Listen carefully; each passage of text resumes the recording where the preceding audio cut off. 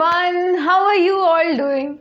I hope you all are all right, and today we are going to start up with the occurrence of metals.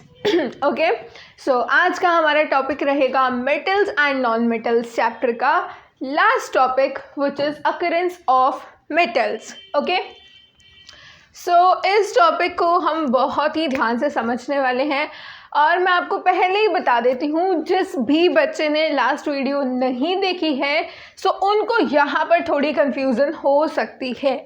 मतलब कि इस topic को हम करेंगे on the basis of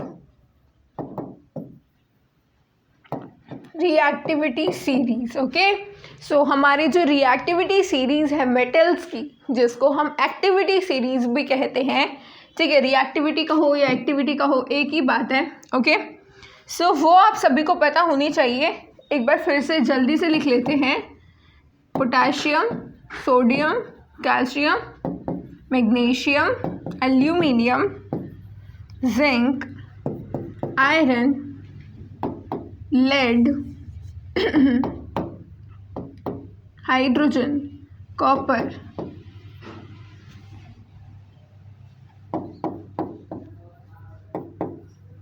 okay. So this is your reactivity series, जहाँ पर मैंने आपको बताया था कि जो मेटल सबसे ऊपर आएंगे रिएक्टिविटी सीरीज़ के, वो सबसे ज़्यादा रिएक्टिव होते हैं। मतलब कि जैसे जैसे हम मान लो कि ये रिएक्टिविटी सीरीज जैसे चल रही है, सो ऊपर से नीचे आते टाइम रिएक्टिविटी जो है मेटल्स की डिक्रीज हो जाती है। So on the basis of that we can say that these all are highly reactive metals। ठीक है, जो सबसे ज़्यादा टॉप पे प्रेजेंट होंगे वो सबसे ज़्यादा रिएक्टिव मेटल्स होते हैं। So we can say that potassium, sodium, calcium, magnesium and aluminum are highly reactive metals. Then moving on here, zinc, iron and lead, they are considered as moderately reactive metals। ठीक है, so zinc, iron और lead को हम moderately reactive लेते हैं। और last में बची बात हमारी copper, mercury, gold and silver की। So they are least reactive metals. Clear हुआ हमने किस बेसिस पे क्लासीफाई करा? ओके, कैसे किया हमने क्लासीफाई कि जैसे जैसे हम रिएक्टिविटी सीरीज के टॉप से बॉटम की तरफ आएंगे सो रिएक्टिविटी डिक्रीज हो जाती है। ओके, रिएक्टिविटी क्या होता है, क्लियर है ना सभी को? रिएक्टिविटी इज बेसिकली जब कोई पर्टिकुलर मेटल, अगर हम मेटल्स की स्पेसिफिकली बात करें, सो अगर कोई मेटल कितना मतलब उसके अंदर एफिनिटी है किसी दूसरे नॉन मेटल के साथ बॉन्ड फॉर्मेशन की, that is known as the reactivity. Okay, so इसी के बेसिस पे आज हम अपने टॉपिक पढ़ने वाले हैं, एक्सट्रैक्शन ऑफ मेटल समझेंगे, मेटल्स की रिफाइनिंग देखेंगे कैसे करी जाती है, और भी हम बहुत सारे छोटे छोटे कॉन्सेप्ट्स भी आज कवर करेंगे। ओके, ठीक है, सो चलिए स्टार्ट करते हैं। The earth's crust is a major source of metals. ठीक है, सो सबसे पहले आपको पता होना चाहिए कि आज की क्लास में हम पढ़ने क्या वाले हैं। आज की क्लास में हम देखेंगे कि जो मेटल्स जिनके बारे में हम स्टडी कर रहे थे, उनके रिएक्शंस देख रहे थे, उनकी रिएक्टिविटी समझ रहे थे, और कुछ बेसिक फिनोमेना जो नेचर में हमें करने चाहिए नहीं करने चाहिए विद मेटल्स। जैसे कि मैंने आपको बताया था कि कोई खट्टी चीज़ हमें मेटल कंटेनर में नहीं रखनी चाहिए, जिसका एक पर्टिकुलर रीज़न होता है।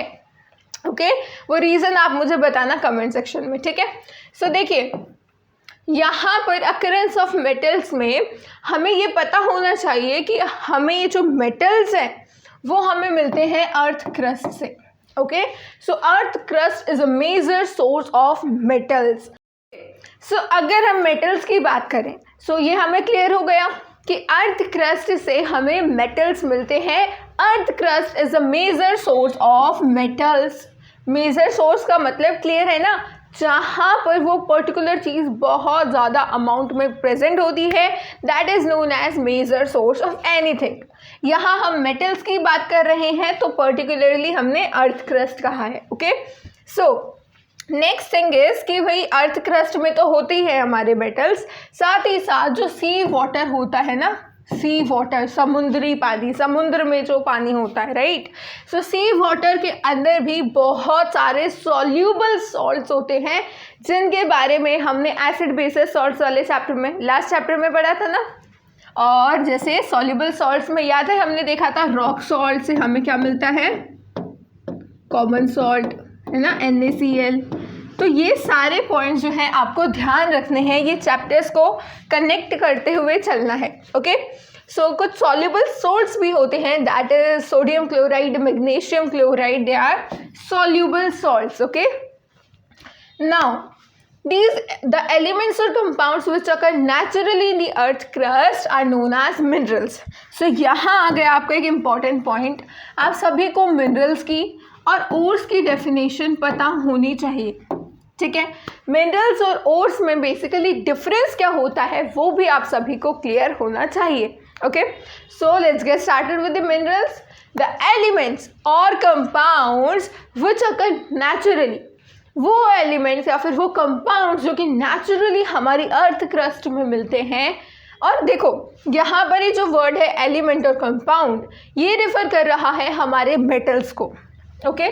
सो हमारे जो हाईली रिएक्टिव मेटल्स होते हैं they generally form there compounds, वो अपनी जो है फ्री स्टेट में प्रेजेंट नहीं होते, वो कंपाउंड्स के फॉर्मेशन करके नेचर में, दैट मीन अर्थ क्रस्ट में प्रेजेंट होते हैं। और एलिमेंट्स भी मेटल्स को ही रिफ़र किया गया है, बट कुछ लेस रिएक्टिव मेटल्स ऐसे होते हैं क्योंकि वो रिएक्शन नहीं करते, ज़्यादा एफिनिटी नहीं है ज़्यादा बॉन्ड फॉर्मेशन की, तो वो कम रिएक्टिव होते हैं।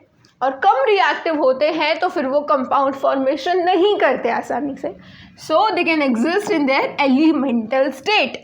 क्लियर है सभी को? सो यहाँ से आपको मिनरल्स की डेफिनेशन नोट डाउन करनी है। क्लियर हुई सभी को मिनरल की डेफिनेशन? देखो कोई भी जो हमारा मेटल है, डिपेंडिंग ऑन देयर रिएक्टिविटी, कि वो कितना रिएक्टिव है, कितनी उसके अंदर एफिनिटी है दूसरे नॉन मेटल्स के साथ बॉन्ड फॉर्मेशन की, उसी को रिएक्टिविटी कहेंगे। तो उसी के डिपेंडेंस में वो कंपाउंड फॉर्मेशन करेगा या फिर अपनी फ्री एलिमेंटल स्टेट में रहेगा, ठीक है। एलिमेंटल स्टेट मतलब कि वो फ्री एलिमेंट, फ्री मेटल हमारा एग्जिस्ट करेगा, okay, which occur naturally in earth crust. अब वो हम क्या बात कर रहे हैं कि अर्थ क्रस्ट क्या है? Earth crust is the major source of metals. इसी तरीके से वो कंपाउंड्स या वो एलिमेंट्स जो कि नेचुरली हमारी अर्थ क्रस्ट में मिलते हैं, क्योंकि अर्थ क्रस्ट सोर्स है ना, अर्थ क्रस्ट में बहुत सारे मेटल हैं, तो वहाँ पे जो नेचुरली हमें मिलेंगे उनको हम मिनरल्स कहते हैं, ठीक है। मिनरल्स में इतना ही है, सिर्फ और सिर्फ हमारे पास एलिमेंट हो या कंपाउंड हो जो कि अर्थ क्रस्ट में प्रेजेंट हो किसी पर्टिकुलर मेटल का, okay. Now coming on to the ores. So ores क्या हो जाते हैं? कुछ स्पेसिफिक हो जाते हैं। If I talk about minerals, so minerals तो हर एक चीज़ को कवर कर रहे हैं, ओके, कि कोई भी मेटल हो, कोई भी आपका कंपाउंड स्टेट में रहे, एलिमेंटल स्टेट में रहे, उससे फ़र्क नहीं पड़ता, ज़्यादा प्रेजेंट हो उस चीज़ में, कम हो उससे फ़र्क नहीं पड़ता। लेकिन अगर मैं ओर्स की बात करूँ तो ये वो मिनरल होते हैं, देखो हम मिनरल्स की ही बात करेंगे, इन्हीं मिनरल्स में से कुछ स्पेसिफिक हमने ऐसे मिनरल्स छांटे हैं जिनको हमने ओर का नाम दिया, okay. So at some places minerals contains a very high percentage of a particular metal and metal can be profitably extracted from it, ठीक है। सो हमें क्या करना है? मेटल्स को एक्सट्रैक्ट करके बहुत सारे यूजेस होते हैं मेटल्स के। लेबोरेटरी में भी हमें कुछ एक्सपेरिमेंट्स करने हैं, हमें जैसे आयरन के बहुत सारे यूजेस हैं, टंगस्टन वगैरह बहुत सारे मेटल्स होते हैं। सो हम जो मेटल्स की एक्सट्रैक्शन करते हैं वो बेसिकली इसको मार्केट में सेल करते हैं, ठीक है। सो किसी पर्टिकुलर मेटल का, इस वर्ड का मीनिंग बता रही हूँ मैं आपको, ओके। सो किसी पर्टिकुलर मेटल की जो मार्केट वैल्यू है, अगर उससे कम वैल्यू में हम उस मेटल को एक्सट्रैक्ट कर पा रहे हैं, उसकी उस लोकेशन अर्थ क्रस्ट से निकाल पा रहे हैं, that is what is profitably extraction of any metal. So वो पर्टिकुलर मिनरल जहाँ पे उस मेटल कि परसेंटेज बहुत ज़्यादा हो, कि हमने बात करी कि मिनरल ऐसी चीज़ें होती हैं जहाँ पे एलिमेंट हो, कंपाउंड हो, मेटल्स के अर्थ क्रस्ट में मिलने चाहिए, लेकिन और को हमने स्पेसिफिक बताया कि और वो वाले मिनरल्स होते हैं जहाँ पर मेटल्स तो हैं, मिनरल्स कह दिया मतलब मेटल्स तो हैं, लेकिन वो ज़्यादा अमाउंट में, ज़्यादा परसेंटेज में प्रेजेंट होते हैं। सो यहाँ से आपको एक बात क्लियर होनी चाहिए that all minerals are not ores but all ores are minerals. कैसे, देखिए, जैसे हमने देखा था कि जितने भी बेसिस होते हैं, रिकॉल करो चैप्टर नंबर 2 को, सभी बेसिस एल्कली नहीं होते लेकिन सभी एल्कली बेसिस होते हैं। ये देखिए, ये एल्कली मैंने ड्रॉ करे यहाँ पे, सभी एल्कली बेसिस की कैटेगरी में आ रहे हैं, लेकिन ये वाले जो बेसिस हैं ये तो इस सर्कल के अंदर नहीं आ रहे। दैट मीन कि सभी बेसिस एल्कली नहीं होते लेकिन सभी एल्कली बेसिस होते हैं। इसी तरीके से अगर मैं मिनरल्स और ओर्स की बात करूं, सो सभी जो मिनरल्स होते हैं वो ओर्स नहीं होते लेकिन सभी ओर्स क्या होते हैं, मिनरल्स होते हैं। So I hope it's clear to you now. Ores और मिनरल्स की डेफिनेशन ज़रूर याद करना और ये एग्ज़ाम में आ सकती है, ठीक है। डिफरेंस आपसे पूछे जा सकते हैं ओर्स के और मिनरल्स के, ओके। सो कुछ ओर्स के नाम भी आप याद कर सकते हो, जैसे कि cinnabar. Cinnabar is what, it's a mercury ore. Then bauxite, bauxite क्या है, एल्यूमिनियम का और है, ठीक है।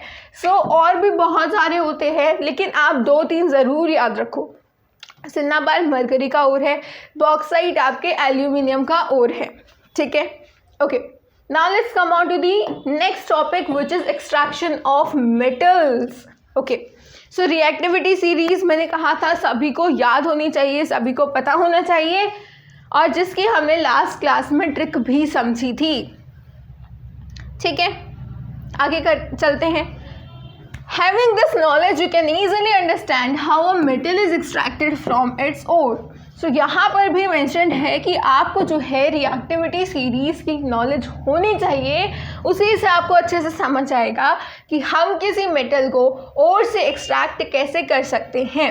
अब देखो, अगर और वो चीज़ है जहाँ से हमें वो मेटल बहुत ज़्यादा अमाउंट में मिल सकता है और प्रॉफिटेबली हम उसको एक्सट्रैक्ट कर सकते हैं, सो हम हमेशा मेटल्स को और से ही एक्सट्रैक्ट करेंगे, ठीक है। सो यहाँ वर्ड आप और को रिपीटेटिव वे में देखोगे तो कंफ्यूज मत होना और मिनरल्स में, ठीक है, ओके।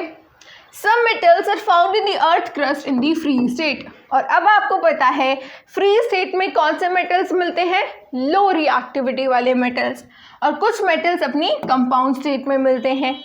जो मेटल रिएक्टिविटी सीरीज के नीचे आते हैं, बॉटम में आते हैं, दे आर लीस्ट रिएक्टिव। बता दिया मैंने आपको। They are often found in a free state in nature, ठीक है। सो फ्री स्टेट में हमें मिल जाते हैं। अब यहाँ देखो, ये जो हमारे हैं KNaCaMgAl, that mean potassium, sodium, calcium, magnesium, aluminium, ये सभी मेटल्स आपके हाईली रिएक्टिव हैं। सो हाईली रिएक्टिव मेटल्स के लिए, मॉडरेटली रिएक्टिव मेटल्स के लिए एंड लीस्ट रिएक्टिव मेटल्स के लिए अलग अलग मेथड ऑफ एक्सट्रैक्शन होते हैं। So for highly reactive metals we use electrolysis, और इलेक्ट्रोलाइसिस का एक बेसिक ओवरव्यू आपको ऑलरेडी मिल चुका है लास्ट चैप्टर में। So I hope you can relate this, okay. So next हमारे आते हैं, ये क्या है, highly reactive. These are moderately reactive। अब जो मॉडरेटली रिएक्टिव है उनको हम करा देते हैं रिड्यूस वाया कार्बन, एंड जो लीस्ट रिएक्टिव है वो तो अपनी फ्री स्टेट में ही मिलते हैं, लेकिन वो फ्री स्टेट में मिलते हैं बट स्टिल क्योंकि वो बहुत टाइम से अर्थ क्रस्ट में प्रेजेंट है, सो इम्प्योरिटीज़ तो इनमें भी हो सकती हैं। सो अपनी नेटिव स्टेट में मिलेंगे बट हम इनकी रिफाइनिंग ज़रूर करते हैं, ठीक है, रिफाइनिंग करते हैं, ओके, ठीक है। Gold, silver, platinum and copper are found in the free state. कौन से मेटल्स हैं ये जो हमारे रिएक्टिविटी सीरीज के नीचे आते हैं? Copper and silver are also found in the combined state as their sulphides और ऑक्साइड ओर। अब कॉपर और सिल्वर जो है, अब मैंने कहा कि ये लीस्ट रिएक्टिव है तो ये अपनी फ्री स्टेट में मिलेंगे, but that does not mean कि बिल्कुल भी अपनी जो है कंबाइंड फॉर्म में नहीं मिल सकते। सो कॉपर, और अगर मैं मरकरी की बात करूं, मरकरी भी होता है, मरकरी अपनी सल्फाइड की फॉर्म में रहता है, जैसे मैंने आपको सिन्नाबार और बताया था, ठीक है, मरकरिक सल्फाइड। और यहाँ कॉपर और सिल्वर जो है अपनी कंबाइंड स्टेट में मिलेंगे उनके सल्फाइड और ऑक्साइड और के साथ, okay. The metals at the top of the reactivity series. अब टॉप पे कौन कौन से मेटल्स है? Potassium, sodium, calcium, magnesium and aluminium. वो इतने रिएक्टिव होते हैं कि वो कभी अपनी फ्री स्टेट में नहीं मिलते नेचर में, ठीक है। और जो मिडल में होते हैं, यानी कि जो मॉडरेटली रिएक्टिव होते हैं, जो ना ही हाईली रिएक्टिव ना ही लो रिएक्टिव, वो मॉडरेट में है, बीच में प्रेजेंट है, okay. They are moderately reactive and they are found in the earth crust mainly as oxides, sulphides और कार्बोनेट्स। सो इस बात का आपको ध्यान रखना होगा कि जो मॉडरेटली रिएक्टिव मेटल्स हैं वो जनरली अपनी ऑक्साइड्स में, सल्फाइड्स में और कार्बोनेट्स की फॉर्म में प्रेजेंट होते हैं। और यहीं पर मैंने जब फ्री स्टेट यानी कि आपके लीस्ट रिएक्टिव मेटल्स की बात करी थी, वो जनरली अपने सल्फाइड और ऑक्साइड ओर्स की फॉर्म में प्रेजेंट होते हैं, यानी कि वहाँ पर कार्बोनेट्स नहीं होते generally, okay. You will find that the ores of many metals are oxides. Again an important thing. आप देखोगे कि बहुत सारे, जब आप ओर्स की स्टडी करोगे ना, तो आप समझोगे कि बहुत सारे मेटल्स अपनी ऑक्साइड्स की फॉर्म में ओर बनाते हैं। इस चीज़ का रीज़न है, दो रीजंस आपको याद रखने हैं। एक तो ऑक्सीजन बहुत ज़्यादा रिएक्टिव होता है, और दूसरा कि हमारी अर्थ क्रस्ट में ऑक्सीजन की अबंडेंस काफ़ी ज़्यादा है, okay. So because oxygen is very reactive element and is very abundant on the earth, ठीक है। Thus on the basis of reactivity we can group the metals into the following three categories. So हमने क्या है, metals को group कर दिया तीन categories में on the basis of their reactivity.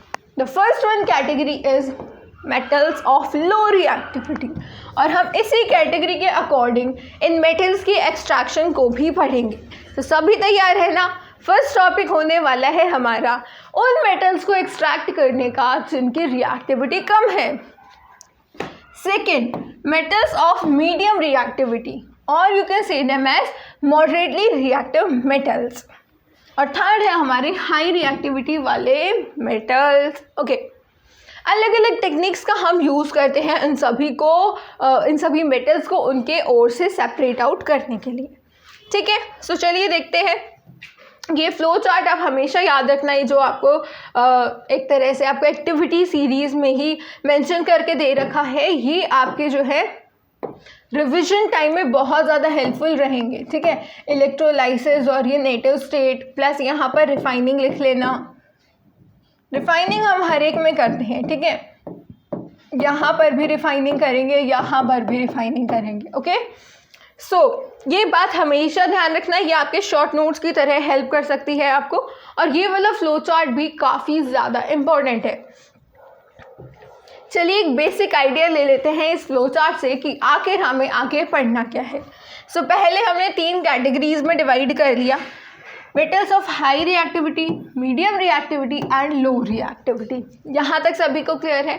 और देखो सबसे पहला स्टेप क्या होता है हमारा, concentration of ore, that mean to remove the gangue particles from the ore. हमारे ओर में जो भी गैंग पार्टिकल्स, गैंग की स्पेलिंग ध्यान रखना, GANGUE, ओके।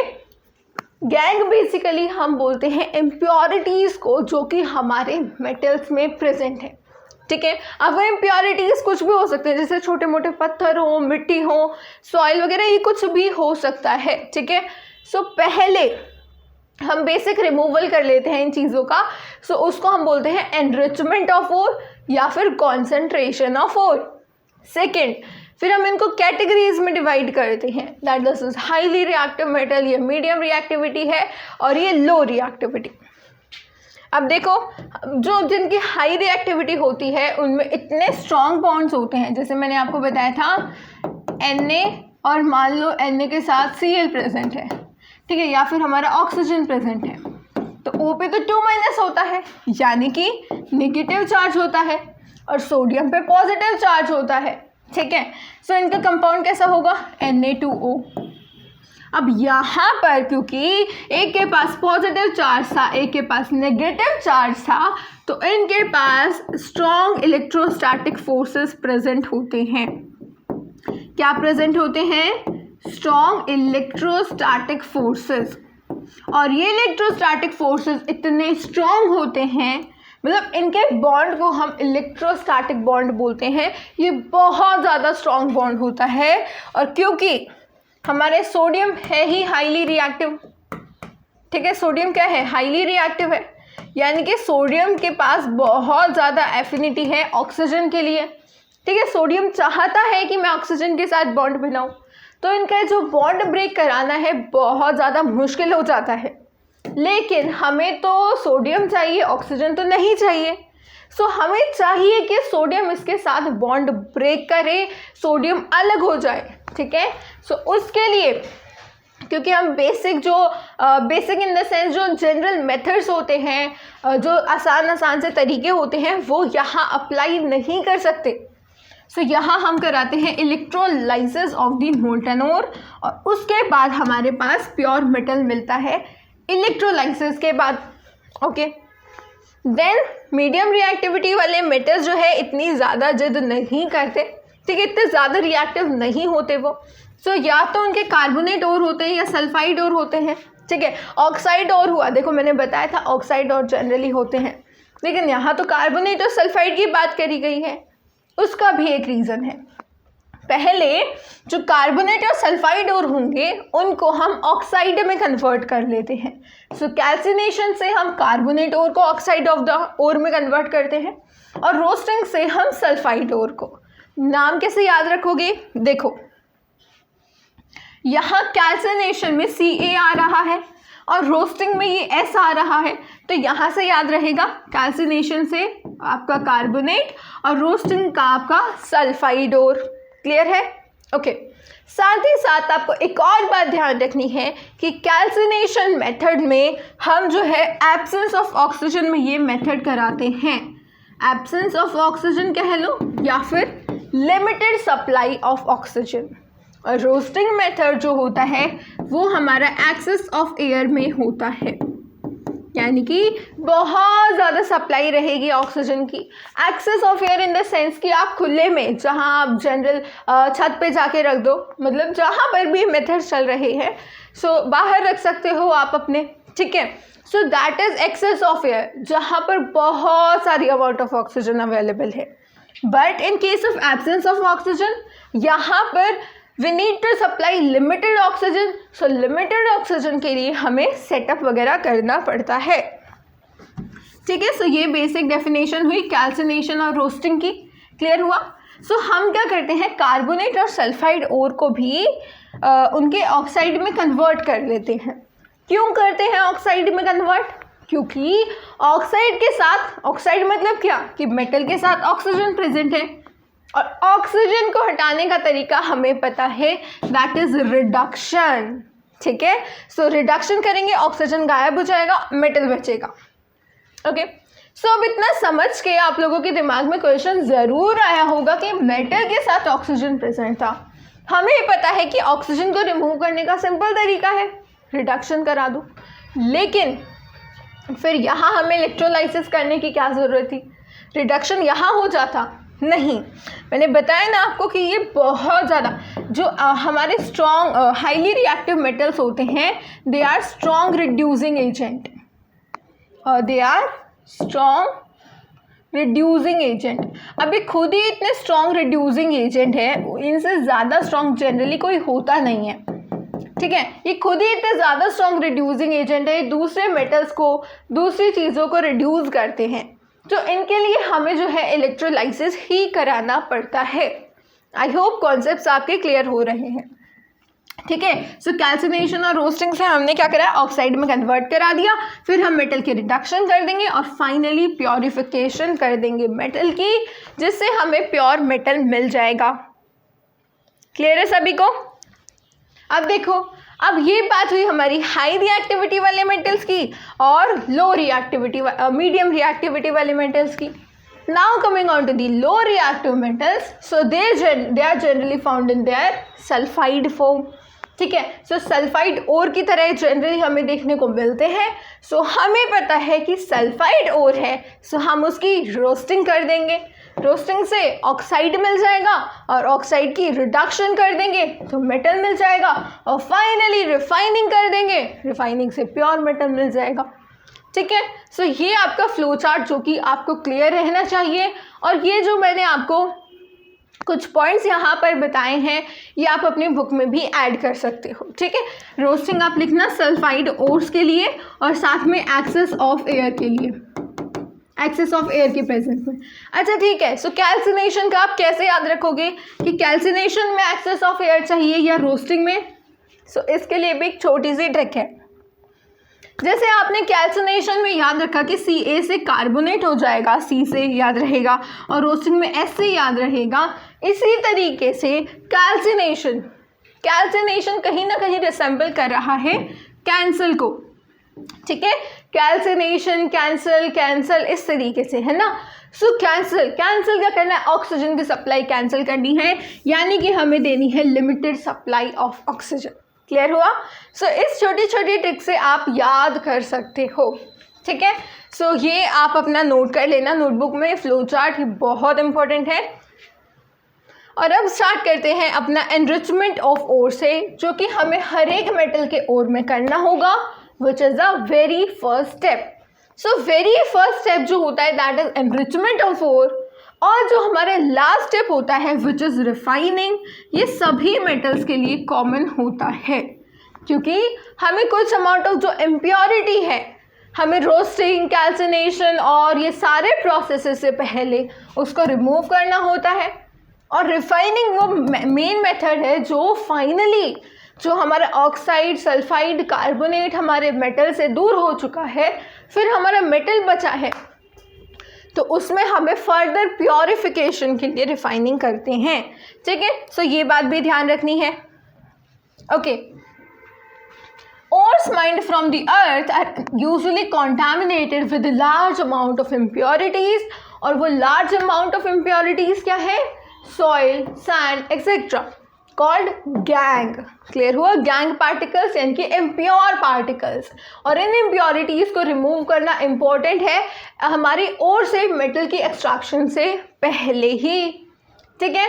अब वो प्रोसेस जो कि हमारे गैंग पार्टिकल्स को रिमूव करने में यूज़ करते हैं हम, वो भी डिपेंड करता है, जैसे हमने देखा कि अलग अलग मेटल्स की रिएक्टिविटी पे डिपेंड करेगा कि उन मेटल्स की हम जो है एक्सट्रैक्शन कैसे करेंगे।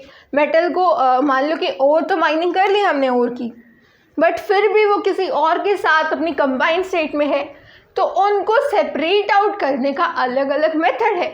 बट इसी तरीके से हमारे जो गैंग पार्टिकल्स होते हैं उनकी भी जो है गैंग पार्टिकल्स का नेचर डिफरेंट होता है, और वो जिस ओर में प्रेजेंट है उस ओर का भी नेचर डिफरेंट होता है। अलग अलग ओर्स का अलग अलग नेचर है। सो इन दोनों के नेचर पर डिपेंड करता है कि कौन सी हम मेथड को यूज़ करने वाले हैं, कौन से मेथड को जिससे हम इन गैंग पार्टिकल्स को हटा सकें, ठीक है। They are based on the differences between the physical or chemical properties of gang and the ore. Different separation techniques are accordingly employed. Okay. Now low reactivity वाले metals का देख लेते हैं. So low reactive कौन होते हैं? मतलब जो रिएक्टिविटी सीरीज में नीचे होते हैं वो लो रिएक्टिव होते हैं, अनरिएक्टिव होते हैं. सो इन मेटल्स की ऑक्साइड को हम जनरली सिर्फ और सिर्फ हीटिंग करेंगे और ये दूर दूर हो जाते हैं. मतलब कि अगर कोई ऐसा मेटल है जो कि ऑक्सीजन के साथ बॉन्ड बनाना नहीं चाहता, सो हम क्या करेंगे, मान लो कि ऑक्सीजन के साथ बॉन्ड तो नहीं बनाना चाहता, लेकिन कुछ ऐसी कंडीशंस हुई जिसकी वजह से मेटल और ऑक्सीजन के बीच में बॉन्ड बन चुका है. Okay so we will do simple heating, और हीटिंग से क्या होगा, एनर्जी मिल जाएगी और उस एनर्जी से ये बॉन्ड ब्रेक हो जाएगा.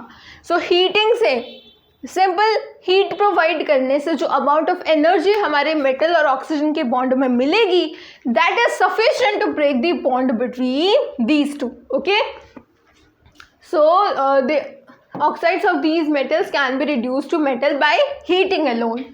For example, cinnabar. cinnabar क्या बताया था मैंने आपको, HgS, an ore of mercury. When it is heated in air, it is first converted into mercuric oxide, and mercuric oxide is then reduced to mercury on further heating. सो मैंने आपको बताया था ना कि सल्फाइड हो, कार्बोनेट हो, पहले oxide में कन्वर्ट करेंगे और उसके बाद उसको फिर हम रिड्यूस कर देते हैं, फाइनल हमें मेटल मिल जाता है. सो ये हमारा मर्क्यूरिक सल्फाइड है. ऑक्सीजन, यानी कि जब हम हीटिंग कर रहे हैं सो ऑक्सीजन मिलेगी.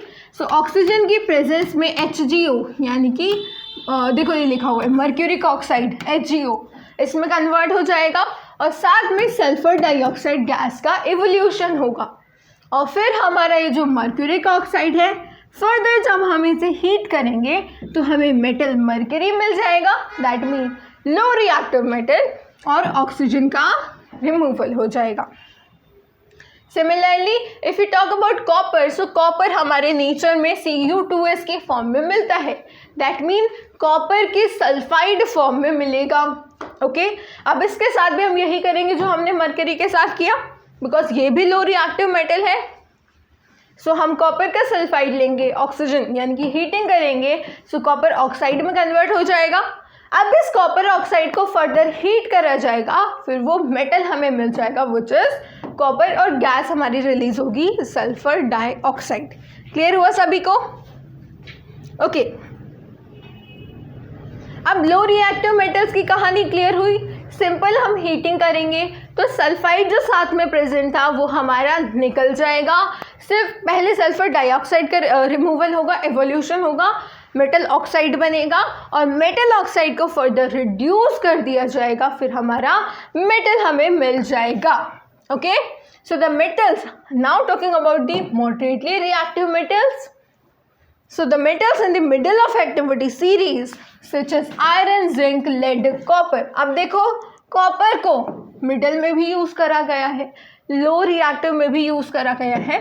सो यहाँ आपको कंफ्यूजन हो सकती है, लेकिन कॉपर जो है एक ऐसा मेटल है जो कुछ रिएक्शंस ऐसे शो करता है जो हमारे मॉडरेटली रिएक्टिव शो करते हैं और कुछ अपना रिएक्शन शो ही नहीं करता, तो उससे हम कह देते हैं कि ये अनरिएक्टिव है. Okay, These are usually present as sulfides or carbonates in nature.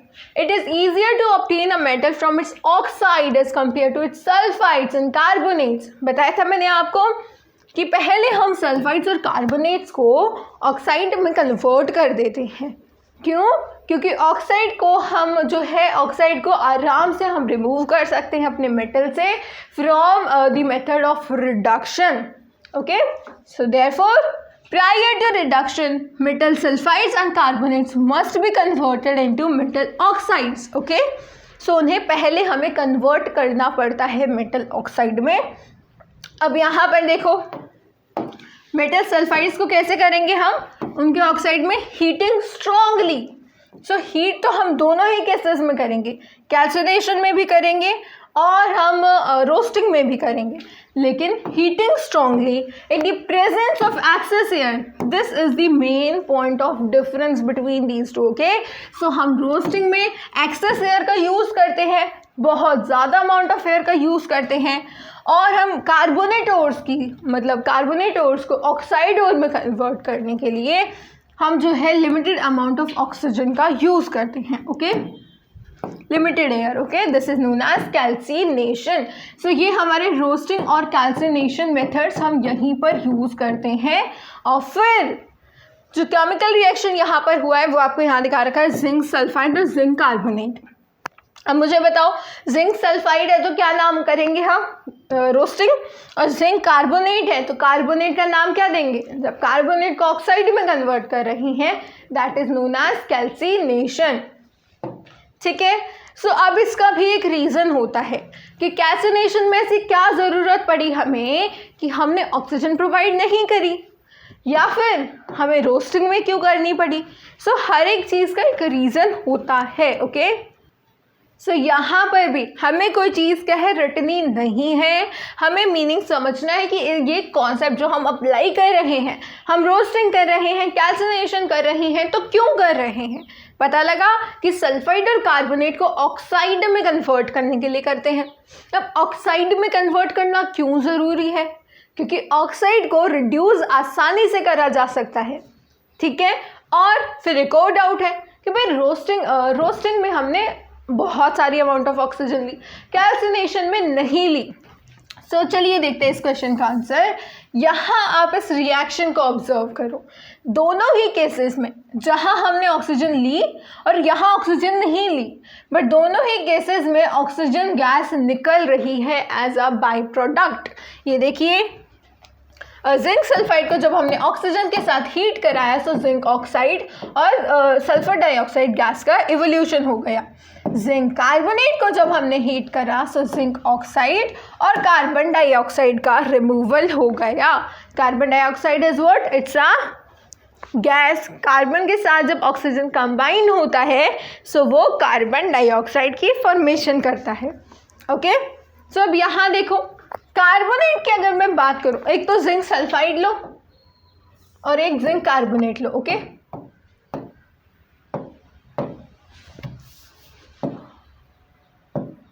देखो यहाँ पर ध्यान से, जिंक सल्फाइड में हमारा जिंक प्रेजेंट है और सल्फर प्रेजेंट है। ओके, सो यहाँ हम लिखेंगे डायरेक्टली जिंक और सल्फर। ठीक है, और यहाँ जिंक कार्बोनेट में जिंक प्रेजेंट है, कार्बन और 3 ऑक्सीजन के एटम्स, यानी कि zinc plus carbon plus 3O atoms. ठीक है, 3O एटम्स प्रेजेंट है। सो ये क्या हुआ हमारा जिंक कार्बोनेट। और हमने देखा है कार्बोनेट में हमें क्या चाहिए, लो अमाउंट ऑफ ऑक्सीजन या फिर लिमिटेड ऑक्सीजन। सो देखो ना, ऑलरेडी हमारे पास जिंक कार्बोनेट या किसी भी मेटल का कार्बोनेट होगा, सो ऑक्सीजन हमारी इतनी ज़्यादा अमाउंट में ऑलरेडी प्रेजेंट है। लेकिन अगर मैं मेटल सल्फाइड की बात करूँ तो वहाँ पर ऑक्सीजन नहीं है, इसीलिए हम यहाँ ऑक्सीजन की सप्लाई लिमिटेड कर देते हैं। और यहाँ क्योंकि ऑक्सीजन ऑलरेडी नहीं है तो हमें ऑक्सीजन की सप्लाई करानी पड़ती है। अगर ऑक्सीजन ही नहीं होगा तो ये ऑक्साइड कैसे बनेगा। ठीक है, सो क्लियर हुआ। तो ये दोनों रिएक्शंस आपको ध्यान रखने हैं। और कार्बोनेट जहाँ पर भी होगा कार्बन डाइऑक्साइड का रिमूवल ज़रूर होगा, इस बात को ध्यान रखना। एसिड बेसिस वाले चैप्टर में भी जो भी आपने कार्बोनेट के रिएक्शन देखे हैं, मेटल कार्बोनेट या फिर hydrogen carbonate, so carbon dioxide का एवोल्यूशन आप ऑब्जर्व करना ज़रूर होता है। द मेटल ऑक्साइड्स, अब ये जो हमें मेटल ऑक्साइड्स मिले हैं उनको फिर रिड्यूस करा दिया जाता है by using suitable reducing agent. अब रिड्यूसिंग एजेंट क्या होते हैं, ये बात किस किस को क्लियर नहीं है वो अब क्लियर कर लेते हैं। रिड्यूसिंग एजेंट इज बेसिकली, देखो रिडक्शन क्या होती है सबको पता है, removal of oxygen. So reducing agent वो एजेंट्स होते हैं जो दूसरों का रिमूवल ऑफ ऑक्सीजन कराते हैं। दे रिड्यूस अदर्स, ठीक है, ये लिख सकते हो directly, they reduce others and oxidises themselves. ठीक है, दूसरों को रिड्यूस करेंगे और क्योंकि दूसरों को रिड्यूस करते हैं सो खुद ऑक्सीडाइज हो जाते हैं। So the perfect example here is carbon.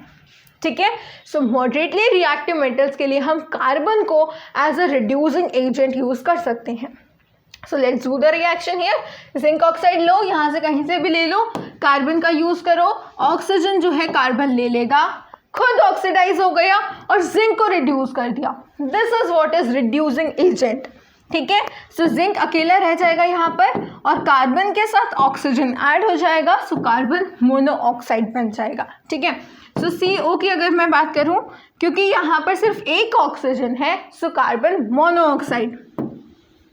ठीक है, और 2 ऑक्सीजन होते तो हम कहते कार्बन डाइऑक्साइड। ओके, सो ये बात क्लियर हुई। ऑल्सो हम क्या कर सकते हैं, कार्बन की जगह हम कुछ हाईली रिएक्टिव मेटल्स को यूज़ कर सकते हैं। और हाईली रिएक्टिव मेटल्स मैंने बताया था they are strong reducing agent. So displacement reaction जो हमने पढ़ा था, देखो डिस्प्लेसमेंट रिएक्शन, ऑक्सीडेशन और रिडक्शन रिएक्शन के साथ साथ जब हम डिस्प्लेसमेंट रिएक्शन का यूज़ करेंगे, देखो कार्बन को कॉक भी कहा जाता है, ध्यान रखना, अगर कॉक नाम आ गया तो कंफ्यूज नहीं होना है, कार्बन का ही दूसरा नाम क्या है, कॉक है। ओके, सो हम कार्बन को यूज़ करने की बजाय हम मेटल ऑक्साइड को मेटल में कन्वर्ट कर सकते हैं sometimes by using displacement reactions. ठीक है, यानी कि हम हाईली रिएक्टिव मेटल्स का यूज़ कर सकते हैं। एंड हाईली रिएक्टिव मेटल्स के आपको नाम पता है, sodium, calcium, aluminium etcetera, potassium भी आएगा और बहुत सारे मेटल्स। ओके, अब देखो डिस्प्लेसमेंट रिएक्शन, आई होप आप सभी को याद होगा, जब मान लो यहाँ पर हम मैंगनीज डाइऑक्साइड की बात कर रहे हैं, सो मैंगनीज डाइऑक्साइड के साथ जब हमने एल्यूमिनियम ऐड कर दिया, सो बिकॉज एल्यूमिनियम एक स्ट्रॉन्ग है, हाईली रिएक्टिव है as compare to manganese, so aluminium यहाँ पर मैंगनीज को हटा देगा, डिस्प्लेस कर देगा और यहाँ रिएक्शन के बाद मैंगनीज अलग हो जाएगा और एल्यूमिनियम की ऑक्साइड की फॉर्मेशन हो जाएगी। ठीक है, इसी तरीके से आप यहाँ कोई और मेटल ले सकते हो हाईली रिएक्टिव और यहाँ कोई मॉडरेटली रिएक्टिव मेटल ले सकते हो। ठीक है, so this is the example given to you. जब मैग्नीज डाइऑक्साइड को हीट करा गया विद एल्यूमिनियम पाउडर तो इस तरीके का रिएक्शन आपको देखने को मिला। Also these reactions are exothermic reaction, और कई बार तो इतने ज़्यादा एक्सोथर्मिक रिएक्शन होते हैं कि जो हमारे मेटल्स होते हैं वो उनकी मोल्टन स्टेट में मिलते हैं हमें। ठीक है, सो ये बात आपको ध्यान रखनी है that these displacement reactions are highly exothermic, यानी कि बहुत सारी अमाउंट ऑफ हीट यहाँ पर रिलीज होती है। ठीक है, और इनफैक्ट जो रिएक्शन हमारा होता है iron 3 oxide, what is iron 3 oxide? Iron 3 oxide is basically iron की ही एक ऑक्साइड है जहाँ पर आयरन की ऑक्सीडेशन स्टेट 3 होती है। ओके, सो जब हम आयरन ऑक्साइड को एल्यूमिनियम के साथ रिएक्ट कराते हैं, इस वाले रिएक्शन में हीट का रिलीज, हीट का इवोल्यूशन इतना सारा होता है, इतनी ज़्यादा अमाउंट ऑफ हीट रिलीज होती है कि हम इसको रेलवे ट्रैक्स की जॉइनिंग में यूज़ करते हैं इस वाले प्रोसेस को। ठीक है, used to join railway tracks or cracked machine parts, and this reaction is known as thermit reaction. Thermit reaction because a lot amount of heat is releasing in this reaction. Okay? Now अब बात करते हैं, अब हमारे जो less reactive metals हैं, moderately reactive metals हैं, successfully हमने उनको एक्सट्रैक्ट कर लिया है। और अब हम बात करेंगे हमारे उन मेटल्स की जो कि top of the activity series में प्रेजेंट हैं। ओके, जो मेटल्स हमारी रिएक्टिविटी सीरीज के टॉप में प्रेजेंट हैं। So the metals high up in the reactivity series. अब सिंपल सी बात है, रिएक्टिविटी सीरीज ऊपर से स्टार्ट होती है, नीचे तक चलती है। Yes, we know that. So जो मेटल ऊपर होते हैं दे आर हाईली रिएक्टिव, और ये जो हमारी रिएक्टिविटी है हाईली रिएक्टिव, एंड ये जो रिएक्टिविटी होती है that decreases down the group, reactivity decreases down the group. Clear हुआ सभी को? सो जैसे ग्रुप नहीं, down the series. Okay, so हमारी ये जो सीरीज है, जैसे जैसे हम नीचे जाएंगे सो रिएक्टिविटी कम होती है। सो हम उन मेटल्स की बात कर रहे हैं जो कि टॉप पे प्रेजेंट है हमारी एक्टिविटी सीरीज के। So they are highly reactive. Okay, so they cannot be obtained from their compounds by heating with carbon। अब हमने स्टार्टिंग में बात करी थी सिर्फ हीटिंग कर दो, अब यहाँ हीटिंग से तो बिल्कुल काम नहीं चलेगा। सेकंड हमने बात करी थी कार्बन से रिडक्शन कर दो। सेकंड इनकी कार्बन से रिडक्शन, कार्बन भी यहाँ पर कुछ नहीं कर सकता। स्टार्टिंग में ही मैंने आपको बताया था कार्बन इतना स्ट्रॉन्ग रिड्यूसिंग एजेंट नहीं है। ठीक है, carbon can not reduce the oxides of sodium, magnesium, calcium, aluminium et cetera to the respective metals. Carbon इतना स्ट्रॉन्ग, इतना पावरफुल नहीं है कि सोडियम से, आपके पोटेशियम से यहाँ से ऑक्सीजन का रिमूवल करा सके। और ऐसा क्यों होता है, क्यों इतना स्ट्रॉन्ग नहीं है? क्योंकि देखो एक ये जो रीज़न है यहाँ पर कि रिएक्शन जो है मेटल्स का, मान लो Na2O के साथ आपने कार्बन का यूज़ करा, सो कार्बन इस ऑक्साइड को रिमूव क्यों नहीं करा पाया? क्योंकि कार्बन से ज़्यादा एफिनिटी ऑक्सीजन के लिए हमारे सोडियम के पास है। ठीक है, okay. The metals are obtained by electrolytic reduction. देखो यहाँ आपको रीज़न गिवन है कि this is because these metals have more affinity to oxygen than carbon. ठीक है, इन मेटल्स के पास ऑक्सीजन के लिए they have more affinity than carbon. Okay, अब ये मेटल्स हम इलेक्ट्रोलाइटिक रिडक्शन से यूज़ ऑब्टेन करते, बता दिया था मैंने आपको। For example sodium, magnesium, calcium जो है वो अपने electrolysis of their molten chloride से हमें मिलते हैं। Okay, the metals are deposited at the cathode, the negatively charge electrode, whereas the chlorine is liberated at the anode, the positively charged electrode। चलिए इस चीज़ को समझते हैं। अब हमारा जो होता है, एक होता है कैथोड, एक होता है एनोड। ठीक है, एक इलेक्ट्रोलाइसिस प्रोसेस के दौरान हम किस किस चीज़ का यूज़ करते हैं? हम दो इलेक्ट्रोड्स का यूज़ करते हैं, जिसमें से कि एक को हम नाम देते हैं कैथोड और दूसरे का नाम हो जाता है एनोड। ठीक है, अब कैथोड किसका नाम है? जहाँ पर हमारी बैटरी का नेगेटिव टर्मिनल अटैच्ड है, सो नेगेटिव वाले पॉइंट को हम कहेंगे क्या? कैथोड। और यहाँ हमारी बैटरी का पॉजिटिव टर्मिनल अटैच है, सो पॉजिटिव वाले को हम कहेंगे क्या? Positive terminal. सो इसको हम नाम देते हैं एनोड। कैसे याद रखना है? देखिए, अब हम बात करें कैथोड और एनोड की, तो ये क्लियर हो गया कि कैथोड क्या होता है, क्योंकि वो नेगेटिव टर्मिनल से अटैच है, सो नेगेटिव होता है। और एनोड की अगर मैं बात करूँ, सो एनोड हमारा पॉजिटिव टर्मिनल से अटैच है, सो वो पॉजिटिव होता है।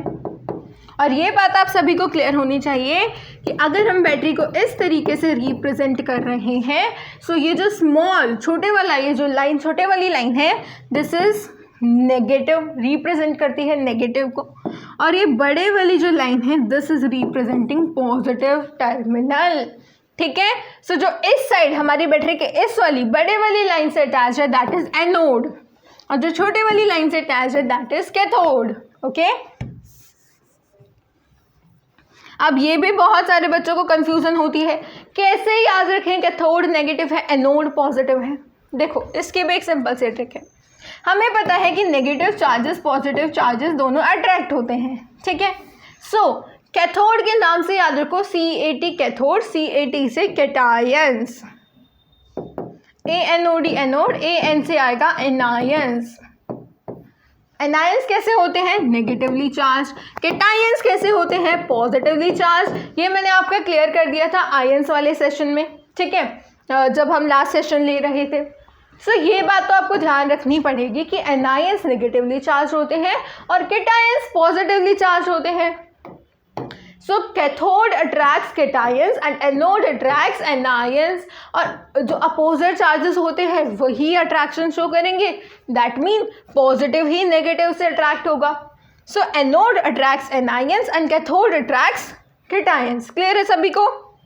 ओके, सो अब यहाँ अगर मैं बात करूँ कैथोड की, नेगेटिव चार्ज इलेक्ट्रोड की, सो वहाँ क्योंकि कैथोड है, सो कैटायंस आएंगे। And we know that metals are electropositive. Electropositive, ठीक है, प्लस का साइन है, पॉजिटिव, इलेक्ट्रो एंड पॉजिटिव, यानी कि पॉजिटिव चार्जेस होते हैं। ठीक है, सो मेटल्स जो होते हैं वो कैथोड पे आके अट्रैक्ट हो जाते हैं, कैथोड पे मिलते हैं। और chlorine which is electronegative, Cl negative की फॉर्म में रहती है, राइट। सो ये हमारी एनोड पे हमें मिलेगी which is positively charge electrode.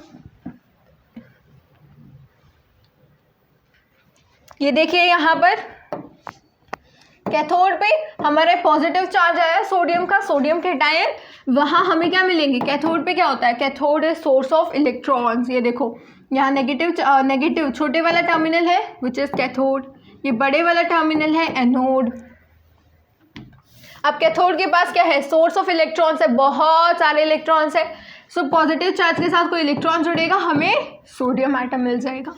Anode पे जो क्लोरीन नेगेटिव जाएगा वहाँ से इलेक्ट्रॉन को ले लिया जाएगा, बिकॉज यहाँ बहुत सारे क्या है? प्रोटॉन्स प्रेजेंट है। प्रोटॉन्स का मतलब कि भाई इलेक्ट्रॉन्स की कमी है, बस इलेक्ट्रॉन्स नहीं है। इसी तरीके से जैसे हमने सोडियम को एक्सट्रैक्ट करा, एल्यूमिनियम को हम इलेक्ट्रोलाइटिक रिडक्शन से ले लेते हैं एल्यूमिनियम ऑक्साइड की, एल्यूमिनियम ऑक्साइड Al2O3, ठीक है। यहाँ पर क्या होगा, aluminium which is a metal यानी कि पॉजिटिव चार्ज, ये जाकर कलेक्ट हो जाएगा कैथोड पर और ऑक्सीजन हमारा डिपॉजिट हो जाएगा एनोड पर। क्लियर है सभी को? ओके, सो ये तो बात हुई हमारे मेटल्स की एक्सट्रैक्शन की। Now we are coming on to the refining of metals. अब हमने अलग अलग रिएक्टिविटी वाले मेटल्स को उनके ऑक्साइड से, उनके सल्फाइड से, उनके कार्बोनेट से अलग कर लिया है। अब हम फाइनल स्टेप की बात करेंगे, that is refining of metals. Okay, so अभी तक आपको ये जितने भी कॉन्सेप्ट्स हैं सभी क्लियर होने चाहिए, और इनसे अगर आपको कोई डाउट है तो आप क्या है अभी चैट सेक्शन में या फिर आप कमेंट सेक्शन में पूछ सकते हैं। ओके, ठीक है। सो अब हम बात करेंगे हमारे मेटल्स की फाइनल स्टेप की, which is refining of metals. Okay, so refining में जो मेटल्स जो हमारे आए हैं, बहुत सारे रिडक्शन प्रोसेसेस जिनके साथ हुए हैं, so they are not very pure, they contain impurities which must be remove to obtain pure metals. अब हमें इम्प्योरिटीज नहीं चाहिए, हमें तो चाहिए क्या, pure metals. So pure metals के लिए हमें इन इम्प्योरिटीज को रिमूव करना पड़ेगा। The most widely used method for refining impure metals is electrolytic refining. So electrolytic refining ये एक ऐसा मेथड है जो कि बहुत ज़्यादा यूज़ करा जाता है, और यहाँ पर मेटल की फर्दर कोई गुंजाइश नहीं रहती कि जो हमारा मेटल है वो फिर भी वहाँ पर कोई इम्प्योरिटी प्रेजेंट होगी, वो हमारा प्योरेस्ट फॉर्म में मिलता है हमें इलेक्ट्रोलाइटिक रिफाइनिंग इस वाले मेथड से। ठीक है, चलिए समझते हैं यहाँ क्या होता है। Many metals such as copper, zinc, tin, nickel, silver, gold, etc. are refined electrolytically. ठीक है, in this process, the impure metal is made at the anode and thin strip of pure metal is made at the cathode. So cathode पे हम क्या लेते हैं, pure metal लेते हैं, ठीक है, और anode पर हम क्या लेते हैं, impure metal लेते हैं। यहाँ पर आपको एक बात हमेशा ध्यान रखनी होगी कि इस वाले मेथड में हमें इम्प्योर मेटल जिसको हमें प्योरीफाई करना है वो तो हमें चाहिए ही, साथ में हमें प्योर मेटल भी लेना पड़ता है। ओके, सो बहुत सारे मेटल जैसे कॉपर है, जिंक है, टिन, निकल, सिल्वर, गोल्ड, इन सभी को हम इसी मेथड से प्योरीफाई करते हैं। ओके, ठीक है। अब यहाँ देखो, a solution of the metal salt is used as an electrolyte. अब यहाँ इलेक्ट्रोलाइट में यहाँ हम क्या यूज़ करते हैं, मेटल सॉल्ट का सॉल्यूशन। फॉर एग्जांपल हम यहाँ कॉपर की बात कर रहे हैं इस वाले केस में। सो कॉपर का हम यहाँ पर इम्प्योर मेटल लेंगे, यहाँ कॉपर का प्योर मेटल लेंगे, और यहाँ हम लेंगे कॉपर का electrolytic solution which is copper sulphate. ठीक है, एसिडिफाइड कॉपर सल्फेट सॉल्यूशन। ठीक है, सो यहाँ हम क्या लेंगे, जो भी जिस भी पर्टिकुलर मेटल की हम रिफाइनिंग कर रहे हैं उसी का सॉल्ट सॉल्यूशन लेते हैं। ठीक है, on passing the current through the electrolyte, the pure metals from the anode dissolve into the electrolyte. An equivalent amount of pure metal from the electrolyte is deposited on the cathode. The soluble impurity go into the solution, whereas the insoluble impurities settle down at the bottom of anode, which is referred as anode mud. चलिए देखते हैं यहाँ पर क्या हुआ। हमने anode पे क्या लिया था, जल्दी से बताओ। एनोड पे हमने लिया था इम्प्योर मेटल और कैथोड पे लिया था हमने प्योर मेटल। सो हमें पता है कि मेटल्स कैसे होते हैं। अब वो इम्प्योर मेटल हो या प्योर मेटल हो, मेटल तो है, ठीक है। सो मेटल्स तो पॉजिटिव होंगे। सो यहाँ पर क्या होंगे, पॉजिटिव चार्जेस कलेक्ट हो जाएंगे, ठीक है। और हमें पता है कि एनोड ऑलरेडी पॉजिटिवली चार्ज होता है। सो क्या पॉजिटिव और पॉजिटिव एक साथ रह सकते हैं, नहीं रह सकते। सो यहाँ से सभी मेटल्स क्या कहेंगे कि सभी मेटल आयंस वो भाग लेंगे जल्दी जल्दी से, क्योंकि पॉजिटिव चार्ज है, पॉजिटिव चार्ज और पॉजिटिव चार्ज से रिपेल होते हैं। सो हमारे इस वाले कैथोड पर जाकर अट्रैक्ट हो जाएंगे, because cathode is negatively charge. और हमारे यहाँ पर क्या था, प्योर मेटल था। प्योर मेटल था ना हमारे पास यहाँ पर। सो प्योर मेटल के पास और भी ये जो आयंस है, अब देखो इम्प्योरिटी के आयंस तो नहीं आएंगे, ठीक है, अब वो पॉजिटिव चार्जेस हैं नहीं है तो वो नहीं आते हैं, ठीक है। सो सिर्फ और सिर्फ हमारे प्योर मेटल आएगा विच इज कॉपर। सो सिर्फ और सिर्फ कॉपर के आयन आएंगे। सो यहाँ पर कॉपर के आयन ऐड होते जाएंगे और यहाँ से कॉपर के आयन रिलीज होते जाएंगे, ठीक है। सो ये वाली जो लेयर है हमारी ये और ज़्यादा पतली होती जाएगी और ये वाली जो इतनी थी पहले इसकी थिकनिंग और भी ज़्यादा इंक्रीज होती जाएगी, ठीक है। सो इस तरीके से आप ध्यान रखना, हम क्या करेंगे प्योर मेटल में ही और ज़्यादा प्योरिटी ऐड कर देंगे और ज़्यादा कॉपर के आयंस ऐड कर देंगे। क्लियर हुआ? कौन से मेथड से करते हैं? इलेक्ट्रोलाइटिक रिफाइनिंग से। कौन कौन से मेटल्स का करते हैं? कॉपर, जिंक, टिन, निकल, सिल्वर एंड गोल्ड। और भी बहुत सारे मेटल्स हैं, ये आपके मेन मेटल्स हैं जिनका हम यूज़ करते हैं। और ये देखो इम्प्योरिटीज़ क्या क्या होगा? इम्प्योरिटीज़ हमारे इस इलेक्ट्रोलाइटिक सॉल्यूशन में डिज़ोल्व हो जाएंगी या फिर कुछ इम्प्योरिटीज़ ऐसी होती हैं जो डिज़ोल्व नहीं हो पाती, सो वो नीचे सेटल डाउन हो जाएंगे और उसको हम बोलेंगे एनोड मड। क्लियर है? इम्प्योरिटीज़ नीचे इस तरीके से सेटल हो जाएंगी which is known as what? Anode mud. So ये तो हो गया आपका इलेक्ट्रोलाइटिक रिफाइनिंग का मेथड। उसके बाद अब हम बात करेंगे कोरोजन की, बट कोरोजन जो है हम एक नेक्स्ट वीडियो में देखेंगे। हम उससे पहले आज के क्लास के बेसिस पे हम देख लेते हैं प्योर गोल्ड और wonder of ancient Indian metallurgy. So देखो ये वाले पॉइंट्स हम जब ही क्लियर कर पाएंगे जब हमारा कोरोजन क्लियर हो जाएगा, एलॉय फॉर्मेशन क्लियर हो जाएगी। तो आपको जो है ये सभी पॉइंट्स रीड करने हैं, काफ़ी ज़्यादा इंटरेस्टिंग है, ठीक है। सो आज की क्लास का आपका यही होमवर्क है कि ये जो फ्लो चार्ट हमने स्टार्टिंग में डिस्कस किया था ना, ये वाला फ्लो चार्ट आप सभी की नोटबुक्स में होना चाहिए। आप सभी को ये सारी चीज़ें याद होनी चाहिए और सारे कॉन्सेप्ट्स क्रिस्टल क्लियर होने चाहिए। So this is all for now. I hope everything is clear to you. So keep revising and take care. Thank you.